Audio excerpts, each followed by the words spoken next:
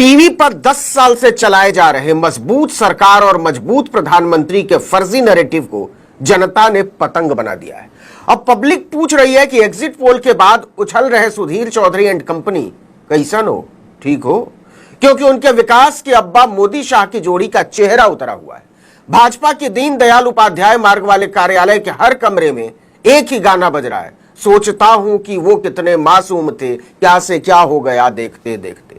भाजपा को जितनी सीटें आई हैं वो फ्लाइट में मिलने वाली पानी की उस बोतल की तरह है जिसे पीने के बाद प्यास से छटपटाते आदमी की न प्यास बुझती है और ना ही वो मरता है। तो इस समय का सबसे बड़ा सवाल यह है कि मोदी प्रधानमंत्री बनेंगे या आरएसएस उनके विकल्प की खोज में लग चुका है। नतीजों ने साबित कर दिया कि नरेंद्र मोदी को टीवी वालों ने झाड़ पर इतना चढ़ाया कि वो मुंह के बल गिरे और चिल्ला भी ना सके। उन्हें लगता रहा देश के लोग उनके भाषण के अलावा किसी को न कुछ सुनते हैं न समझते हैं। लेकिन अब पता चला है कि नरेंद्र मोदी के भाषण जनता के लिए चनाजोर गरम की पुड़िया बन चुके थे। अब आइए टीवी की रिपोर्टिंग पर। तो यह भी बात दूर तक निकल गई है कि 2024 लोकसभा चुनाव के एग्जिट पोल और सुलभ शौचालय के सेप्टिक टैंक में कोई अंतर नहीं रह गया है।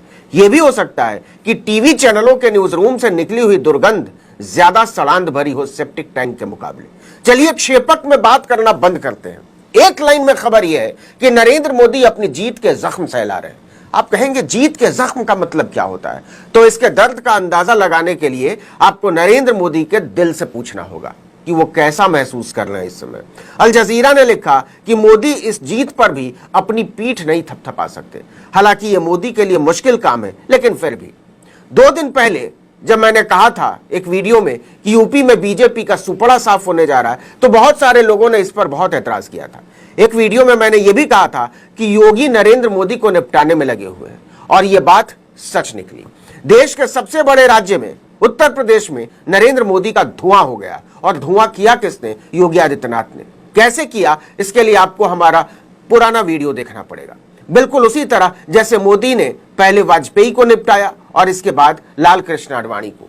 राम को लाने वालों को यूपी के जनता ने ऐसा निपटाया है कि मोदी को चेहरा छिपाने की जगह नहीं मिल रही है। और जो आधी अधूरी सीटें उत्तर प्रदेश में मिली भी हैं, वो योगी की वजह से मिली हैं, मोदी की वजह से नहीं। हालत यह हो गई है कि अयोध्या तक में राम जी ने बेड़ा पार करने से इनकार कर दिया। यूपी में समाजवादी पार्टी ने मोदी मैजिक का सुपड़ा साफ कर दिया, तो बंगाल में तृणमूल कांग्रेस ने और महाराष्ट्र में कांग्रेस उद्धव पवार ने। कुल मिलाकर मोदी की विराट छवि को चुनाव के नतीजों ने अच्छे से पहुंच दिया है।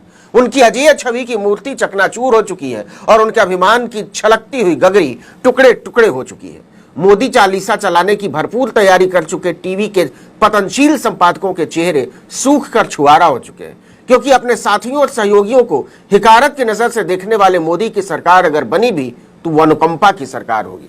हर फैसले से पहले बार बार दूसरों का मुंह देखना होगा। अब यह बात साबित हो चुकी है कि टीवी चैनलों ने जनता को उल्लू बनाने का कारखाना खोल रखा है। इलेक्शन कवरेज और एग्जिट पोल के नाम पर वो जनतंत्र की तौहीन कर रहे हैं और भाजपा की कठपुतली में तब्दील हो चुके हैं। क्योंकि यह मानना मुश्किल है कि उन्हें जमीन पर जनता के मूड की सिरे से कोई हवा ना हो। सोचिए, आज तक से लेकर एबीपी और टाइम्स नाउ से लेकर जी, रिपब्लिक, टीवी 9, न्यूज 18 सब ने ममता बनर्जी को बंगाल में 10, 11, 12, 15 पर निपटा दिया और भाजपा को दिला रहे थे 30, 32, 35। लेकिन असली वाले नतीजों ने एंकरों की फेवरेट पार्टी को धूल चटा डाली है। तृणमूल कांग्रेस ने ऐतिहासिक जीत दर्ज की है। ऐसा ही महाराष्ट्र में हुआ है। पिछली बार 42 सीटें जीत जाने वाली बीजेपी इस बार 10 का आंकड़ा पार करते करते हाफ गई, वो भी सहयोगियों के साथ। जिन महुआ मोइत्रा को संसद से बाहर करने में मोदी पार्टी ने मर्यादा का राम नाम सत्य कर दिया, वो महुआ मोइत्रा पूरी ठसक के साथ जीत गई। पता नहीं मोदी के गुर्गे उनसे नजर कैसे मिला पाएंगे संसद में। तो कहने का मतलब यह कि जनता ने नरेंद्र मोदी को ऐसा जख्म दे दिया है कि उनकी समझ में नहीं आ रहा इस पर हंसना है कि रोना है, चिल्लाना है। अल जजीरा ने ठीक ही लिखा कि नरेंद्र मोदी की समझ में नहीं आ रहा कि उनके साथ क्या हो गया है। जैसा कि हमने शुरुआत में कहा था कि मोदी के हाथ में एक अनुकंपा वाली सरकार आई है। केवल 2 लोगों ने साथ छोड़ा नहीं कि मोदी की सारी हेकड़ी हवा। इनमें से एक है तेलुगु देशम पार्टी के नेता चंद्रबाबू नायडू और दूसरे हैं जेडीयू के चीफ और बिहार के सीएम नीतीश कुमार। दोनों मोदी की नीतियों के दुर्विरोधी रहे। दोनों नरेंद्र मोदी को निपटाने के बारे में सोचते रहे। दोनों अपने अपने राज्य के लिए विशेष दर्जे की मांग करते रहे और दोनों ने बाद में मोदी के साथ मजबूरियों का समझौता किया। देखिए कि 2019 में पहली बार चंद्रबाबू नायडू ने ही एनडीए सरकार के खिलाफ यानी मोदी सरकार के खिलाफ सभी विपक्षी पार्टियों को एक करने की कोशिश की थी। इसके 5 साल बाद 2024 में नीतीश कुमार ने कांग्रेस सहित सभी विपक्षी दलों के साथ लगातार बैठक करके इंडिया गठबंधन की नींव रखी थी। दोनों को मिलाकर 30 से ज्यादा सीटें आई हैं और इन दोनों ने नरेंद्र मोदी के तीसरे कार्यकाल के नीचे से अपनी हथेली खींची नहीं कि उनके पैरों तले की जमीन अपने आप खिसक जाएगी। अगर ये दोनों नेता खुद को एनडीए से अलग करते हैं तो एनडीए के पास 265 के आसपास सीटें बचेंगी। मतलब सरकार का काम तमाम। राजीव शुक्ला ने इसे बैसाखियों पर चलने वाली सरकार कहा है। तो इस चुनाव से बहुत कुछ निकला है। हजारों लोगों ने अलग अलग सोशल मीडिया पर लिखा है कि वो सिर्फ एक ऐसे आदमी के गुरूर को टूटते हुए देखना चाहते थे जिसने भारत की जनता को केवल ठगा है, उसे अपनी नफरत की प्रयोगशाला में बदला है, अपनी ओछी सोच से उदारता की अवधारणा को कलंकित किया है और यह हो गया है।